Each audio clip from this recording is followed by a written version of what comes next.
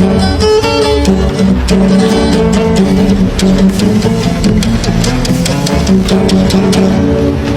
sa mapagpalang araw po o gabi o anumang oras na mapapanood po ninyo yung lingkod dito po sa ating programa. Magandang araw po sa inyong lahat. Muli po sa araw nito ay siyempre pinasasalamatan muna po natin ang ating mga kababayan sa abroad.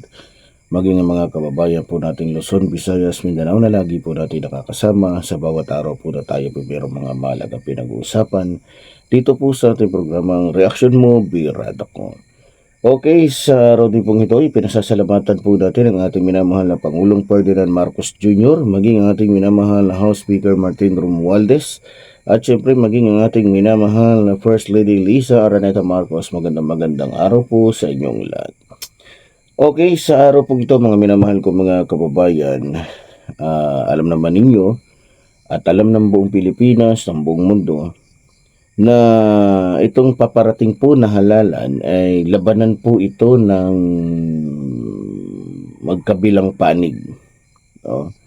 Na kung saan yung kabilang panig ay masasabi mo talagang alipin ng mga banyaga o alipin ng isang bansa na kung saan ay nananakop po ngayon sa ating bansa. Alam niyo naman po siguro kung sino ito at anong klaseng o anong bansa ito.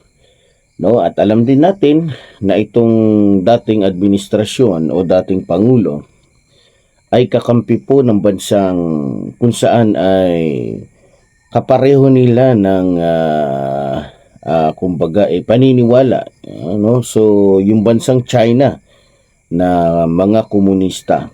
So kilala naman natin at alam natin na itong mag-ama, Rodrigo Roa Duterte, maging itong si Sara Bulate ay talagang mga NPA. No? So, pinakita ko naman sa inyo. So, para lang ibalik ko sa inyo, no? Para lang malaman niyo kung ano talaga itong mag-amang ito.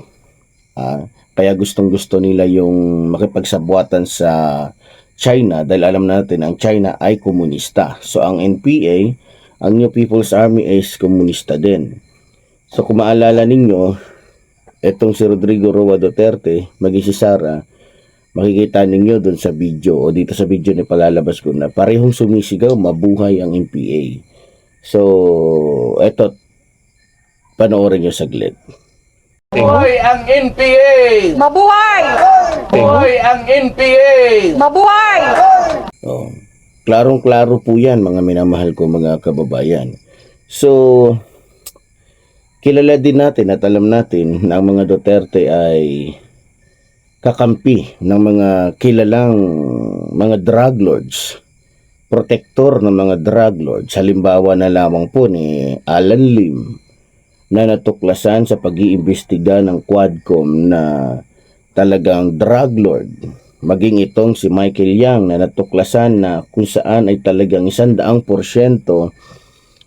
base na rin sa naging salaysay po ni Guban ay talagang masasabi natin isa ito sa pinaka mabigat na tao dahil nga sa nasa likuran nito itong si Rodrigo Roa Duterte na kung saan ay nagbigay sa kanya ng kapangyarihan bilang isang economic advisor na kahit hindi naman pwede dahil nga sa siya ay pure na Chino na kaya lamang pinalabas po ni Rodrigo Roa Duterte na Pilipino. So doon pa lamang po mga minamahal kong mga kababayan, talagang nag-traidor po ito at talagang traidor talaga ito si Rodrigo Roa Duterte na kung saan nagagamit niya yung kanyang kapangyarihan sa lahat ng kahudasan, sa lahat ng kawalangyan. So ang gusto ko po kasing pag-usapan natin ngayon, yung magiging kalagayan po kasi ng ating bansa.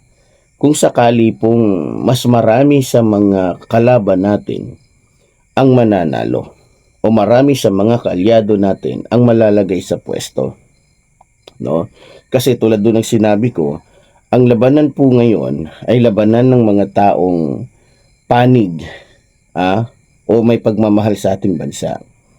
Labanan ito ng mga taong traidor at kung saan ay tapat sa ating bansa.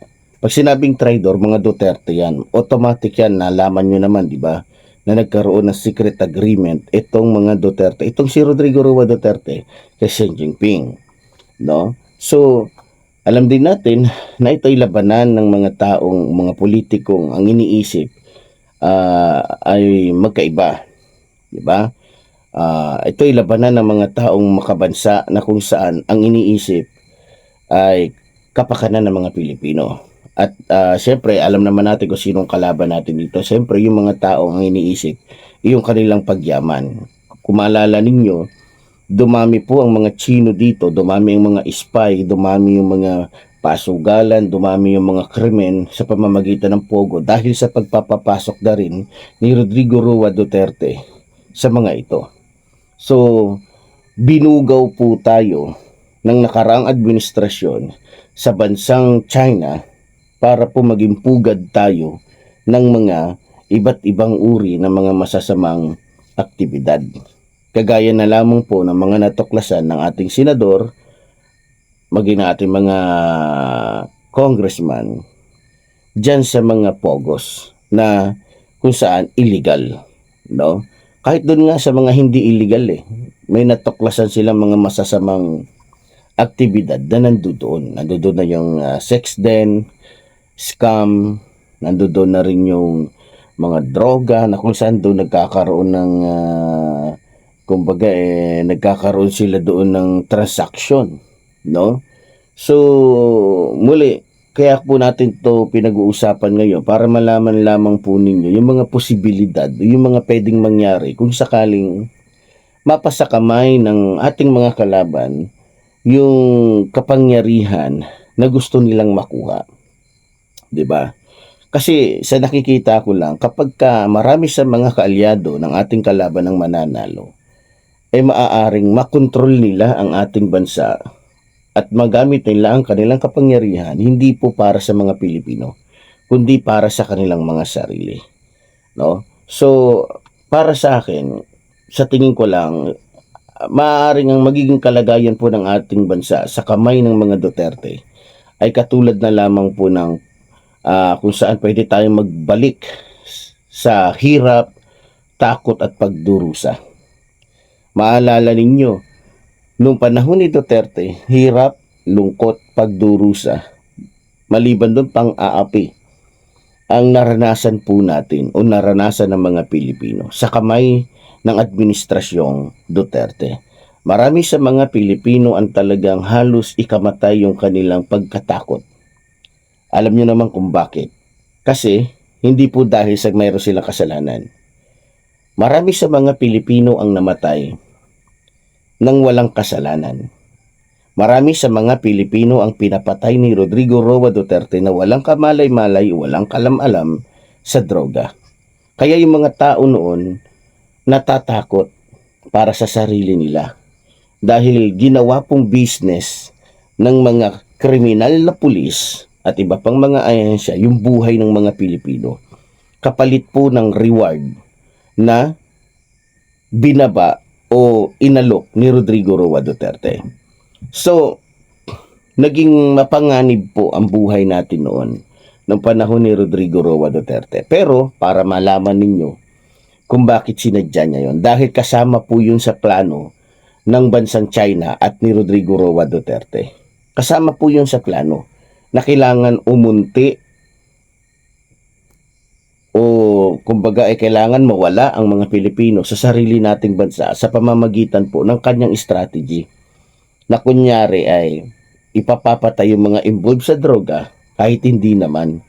Kasi kaya sinadya nilang ganun yun para hindi mahalata na ang talagang purpose ng peking war on drugs ni Rodrigo Roa Duterte ay ubusin tayo mismong mga Pilipino nang sa ganun ay pagharian, sakupin tayo ng bansang China nang hindi natin namamalayan.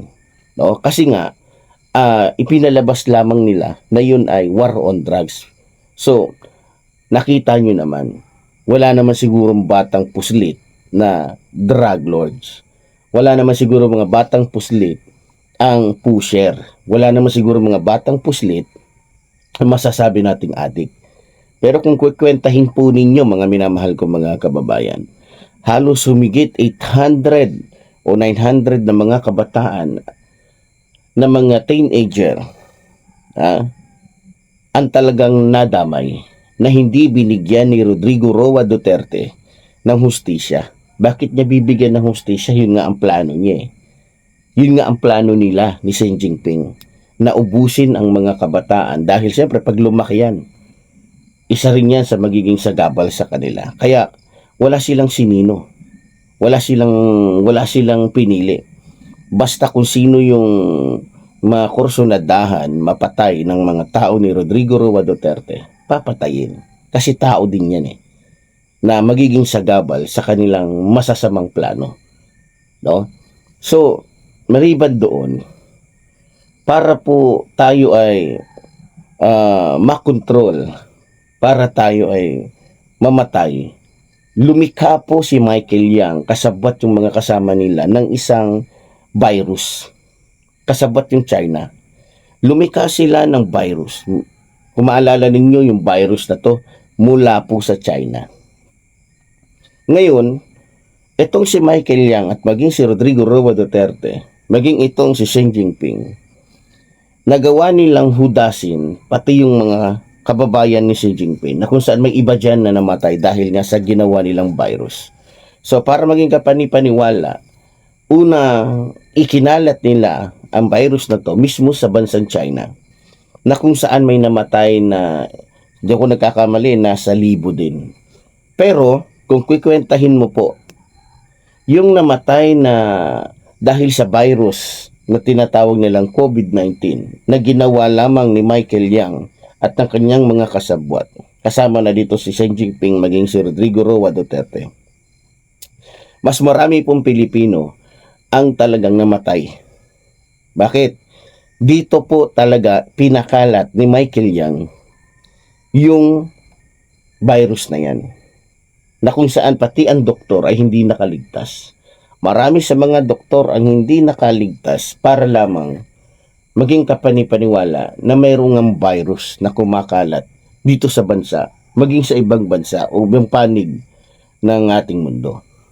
So, isa yon sa nakatulong sa plano ng bansang China na maubos tayo mga Pilipino, no? Maliban doon sa Peking War on Drugs ni Rodrigo Roa Duterte, na kung saan ay wala sa hulog, wala sa tamang sistema, wala sa batas. Kumbaga hindi na tama. Kumbaga hindi na siya masasabi mong unlawful yung proseso, no? So, maliban doon, mga minamahal ko mga kababayan, kapag ka ang mga Duterte o nahawakan uli ng mga Duterte ang mga kapangyarihan o yung ating bansa, ay maaaring bumalik po tayo sa kahirapan. Isa po yan. Maaaring bumalik po ang ating mga kababayan sa kahirapan. Bakit? Kung maalala ninyo, mga minamahal kong mga kababayan, dahil nga sa COVID, na sinadyang gawin, sinadyang anuhin ni Rodrigo Roa Duterte, kasama si Michael Yang, makikita ninyo, ang dami po sa mga kababayan natin talagang lumubog sa utang.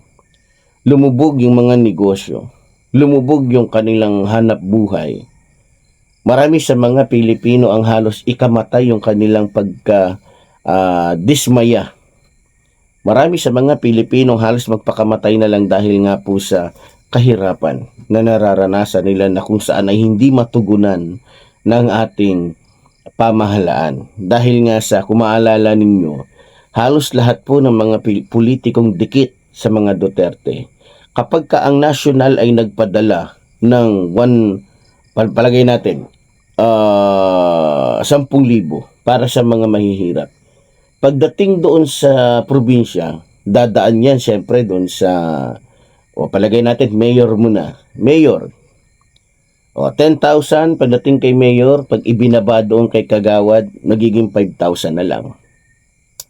Kagawad, kapag binaba doon sa kapitan, magiging 3,000 na lang. Ngayon, pag namahagi na itong barangay sa mga kababayan niya, magiging 1,500 na lang at may kasamang 1 kilong bigas at 2 dilata.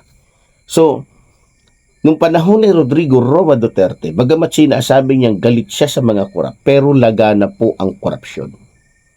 Na kung saan, ang naaapektuhan po dito, yung ating mga kababayan sapagkat tulad ng sinabi ko, laganap po ang korupsyon.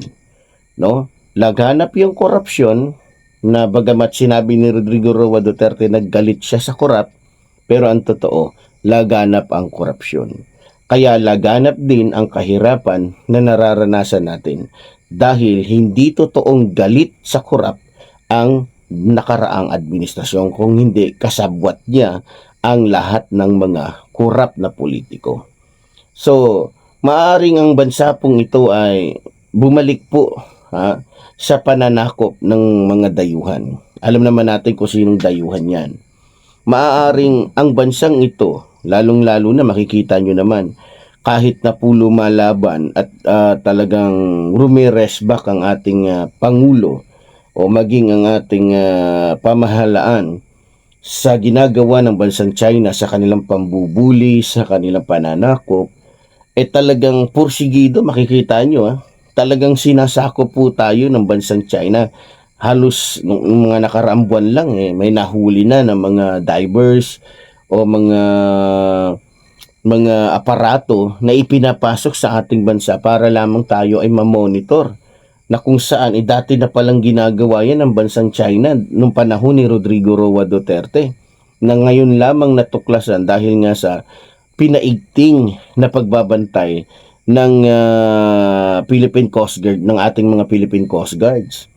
'Di ba? So, makikita ninyo, kapag ka ang mga Duterte na naman ang humawak sa ating bansa, malaya na naman ang bansang China na makagawa ng mga bagay-bagay na gusto nila. Kung maalala ninyo, marami nung panahon ni Rodrigo Roa Duterte, hindi nahuhuli yung mga spy na yan. Ngayong panahon po ng ating minamahal na Pangulong Ferdinand Marcos Jr., natuklasan, nakita nyo, kasabwat pa yung ibang Pilipino na kung saan ay nababayaran ng napakalaking halaga para lamang makiisa sa sinasagawang pag-surveillance o pagkalap ng mga impormasyon ng mga tik-tik na mula sa bansang China. 'Di ba, na nahuli po ng ating NBI, nahuli ng ating mga kapulisan. So, kapag nabalik sa kapangyarihan ng mga Duterte, maaaring mas lumaganap pa yan. Mas maaaring mas magiging triple pa yan. Magiging madami, magiging mas malala ang magiging sitwasyon natin sa kamay ng ibang bansa. Kung maalala nyo, di ba? Ngayon nga, na panahon ng ating mahal na Pangulo, may naputulan pa nga ng daliri para lamang masuportahan yung ating tagapagbantay doon sa West Philippine Sea. Di ba? So, para din sa akin, pagdating po ng panahon na kung sakali man na ang ating mga kababayan ay talagang malason o pumayag na mabayaran, kasi kita nyo naman, pera po talagang gagamitin ng mga Duterte maging ng kanilang mga kalyado para po manalo sila. Pag nangyari po yun, maaring maging laganap na naman po yung patayan sa ating bansa.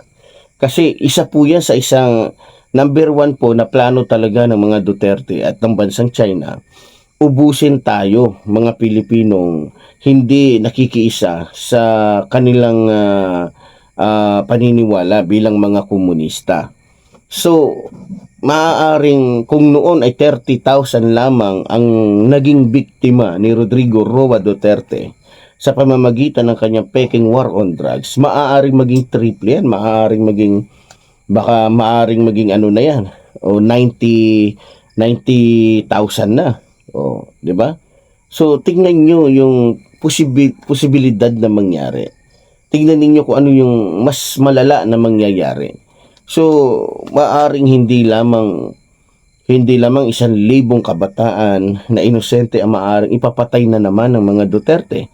Kasi alam naman natin yung sentido ng utak ng mga yan Utak demonyo, utak walang niya, utak, 'di ba? Demonyo.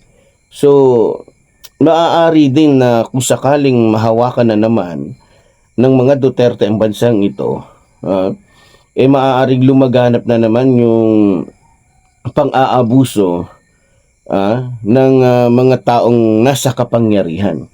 Kung maalala ninyo, mga minamahal kong mga kababayan, noong panahon po ni Rodrigo Roa Duterte, marami sa mga kaalyado niya ang may kapangyarihan na talagang inabuso yung kanilang kapangyarihan, na kung saan laganap yung pagnanakaw sa lupain ng mga nitibo. Laganap yung kanilang pagnanakaw sa lupain ng may lupain. Marami sa mga politiko na maaaring magmamayagpag na naman sa kanilang pagiging sakim sa pera at kapangyarihan. Kasi hawak na naman ng mga Duterte ang buong bansa. So, maaaring mas maging doble pa yun, maging mas triple pa ang mangyayari. So, maliban dyan, maliban to sa mga nabanggit ko, maaaring may mga tao din na makikinabang, lalong-lalo na po itong si Kibuloy. Maaaring kapag ka ang bansang ito ay mahawakan po ng ating mga kalaban, lalo na nandiyan si Marcoleta, lalong-lalo na nandiyan dyan itong si Bato, si Bongo, maaari pong itong si Kibuloy ay mapawalang sala. Kasi nga, alam naman natin dito sa ating bansa, kapag ikay may kapangyarihan, kaya mong utusan, kaya mong diktahan, kaya mong gawing laruan, kaya mong gawing sunod-sunuran sa iyo ang batas, lalo na kung may kapangyarihan ka. At syempre, lalong-lalo na kung may pera ka. Diba? So, isa sa pwedeng makinabang dito, kapag ka nahawakan na naman ng mga Duterte ang ating bansa, ay si Kibuloy, na kung saan marami pong hinalay na mga kababaihan. Maraming winalangya, maraming niloko, higit sa lahat, Diyos.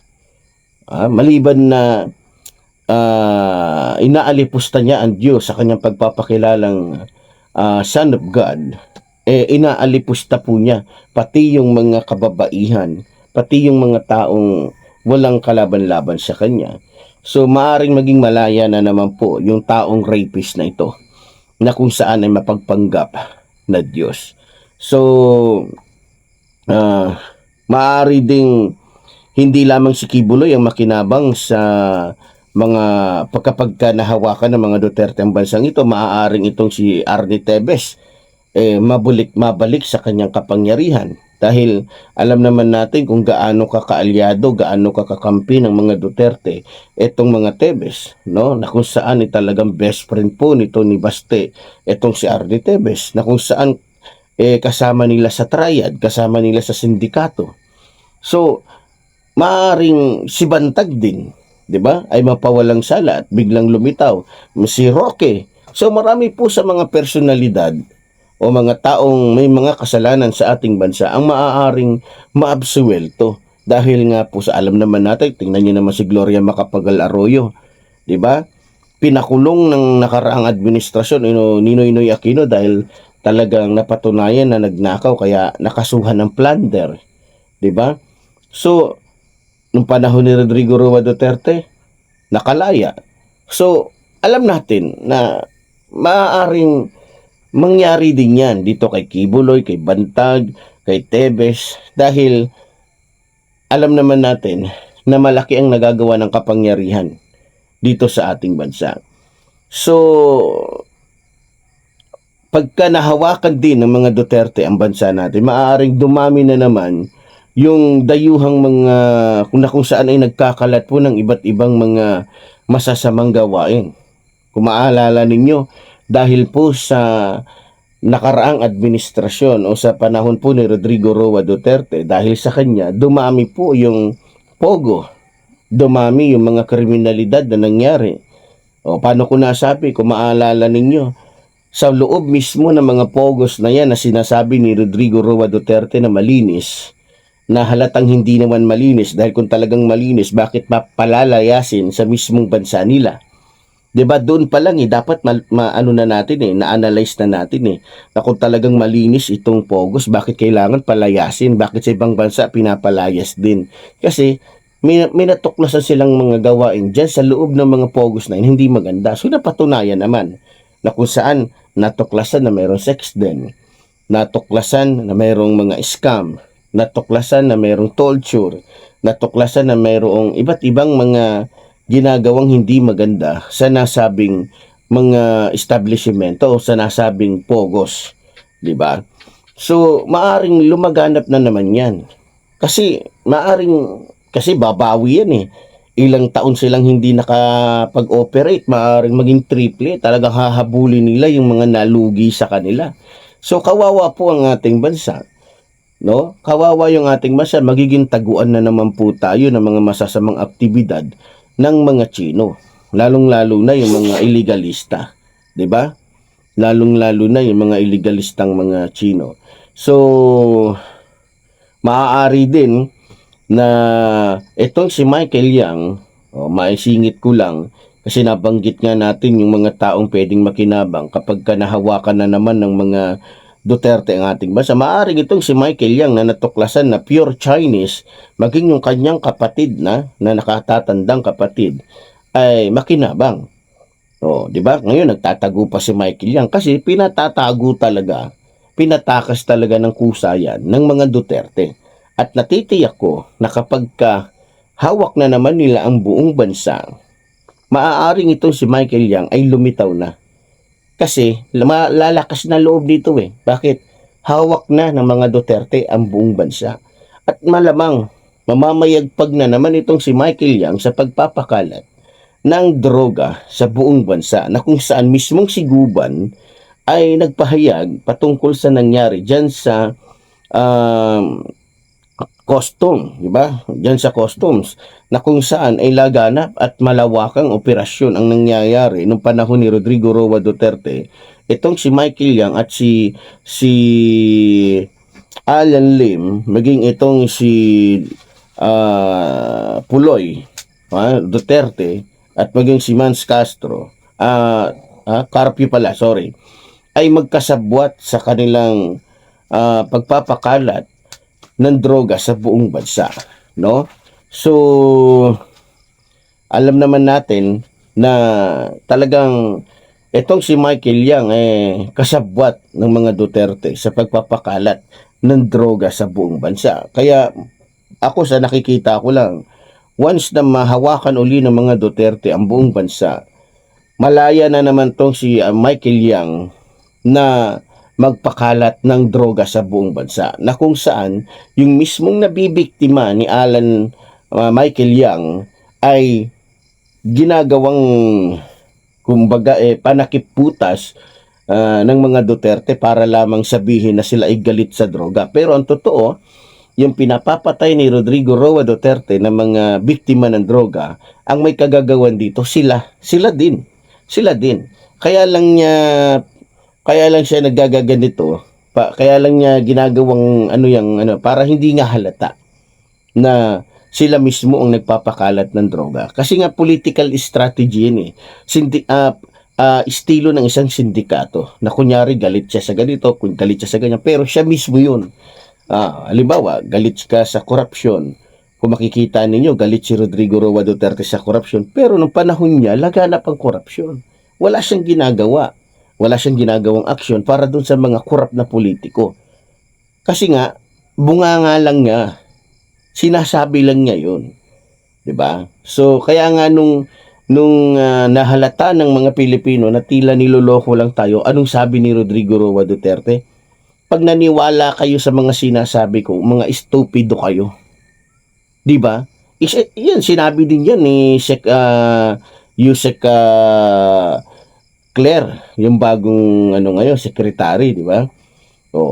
Ibinalik niya, pinaliwanag niya sa harap ng mga media na, di ba? Sanay si Rodrigo Roa Duterte na gumawa ng mga istorya, gumawa ng mga intriga, gumawa ng iba't ibang mga pamamaraan para lamang, di ba, sirain yung isang tao o para lamang paniwalain yung isang tao. So yan po yung mga posibilidad na pwedeng mangyari po sa ating bansa, na dapat po ay paghandaan, dapat pag-isipan ng ating mga kababayan. So sa ating pong pagboto, nakasalalay po dito, mga minamahal kong mga kababayan, yung maaaring mangyari sa ating bansa, maaaring maging sitwasyon nating mga Pilipino. So, alalahanin natin na kapag nahawakan po ng mga Duterte ang bansang ito, maaaring bumalik tayo sa paghihirap, pagdurusa, maaaring bumalik tayo sa panluloko ng mga politikong sakim sa pera at kapangyarihan. Pero ganoon pa man, mga minamahal kong mga kababayan, hanggat tayo po ay nandito, tayo po ay patuloy na maghahayag ng ating mga saloobin, ng ating opinyon, ng ating mga birada, lalong-lalo na sa mga politikong umaabuso sa kanilang mga pera at kapangyarihan. Muli po, tulad po ng sinasabi ng inyong lingkod, mabuhay po ang ating inang bayan, mabuhay po ang nagmamahal sa ating ng bayan. Maraming salamat po.